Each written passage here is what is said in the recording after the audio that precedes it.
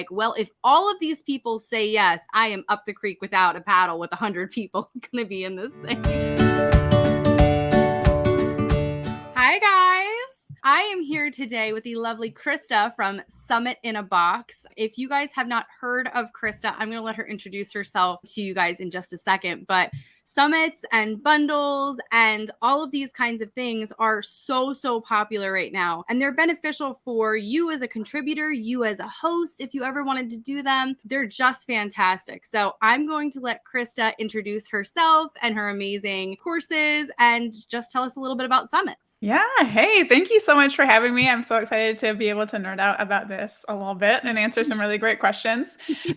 Like you said, I'm Krista. I run a company called Summit in a Box, and we teach online business owners how to grow their business in really different ways through virtual summits. The reason that I started this business is because I ran my first summit in 2018 and it went so much better than I ever expected. Basically, it blew my mind and it really opened my eyes to the power of summits. Before that, I had seen it as a way to get more visible, maybe get some new subscribers. I didn't realize just how many new subscribers you could get and how much easier it was than trying to piece together all of these strategies you could possibly find to get a few subscribers here and there to make a significant amount of immediate income through the summit, but also lead people into what's next for you, whether that's a course or a service or whatever it is. I had no idea how natural that transition could be and how it would just explode my business, as well as the momentum you build that continues not for months, but literally for years after. Having thousands more people know who you are is mind-blowingly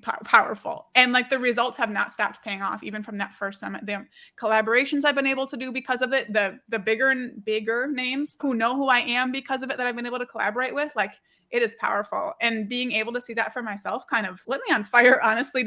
I wanted to spread that message to other people. If little old me with a couple hundred subscribers on my email list could see this growth through a summit and help other people do that, that is what I wanted to do. And I have a very detail process-oriented mind, and a summit is a very big project that has lots of details and processes.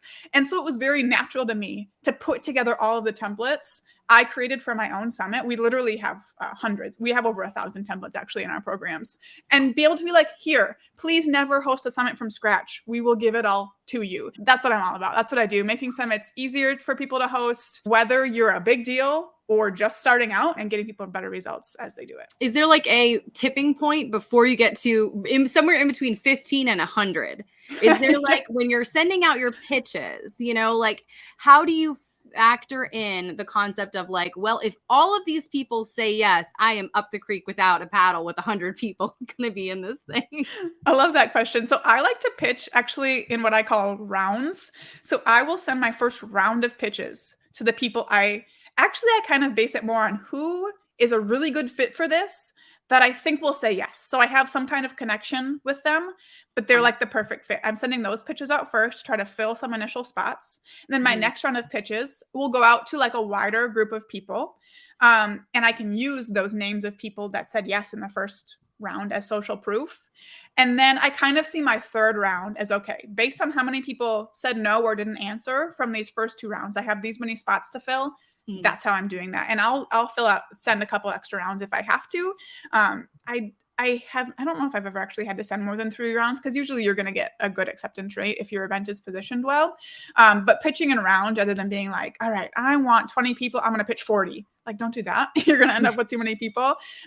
Just kind of tier it. And you can always assume that a couple people are going to say no for whatever reason. A lot of times it's going to be that they're too busy, but I would say don't overpitch so it doesn't become an issue. Thank you so much for being here and talking with us today. This was so insightful, so helpful.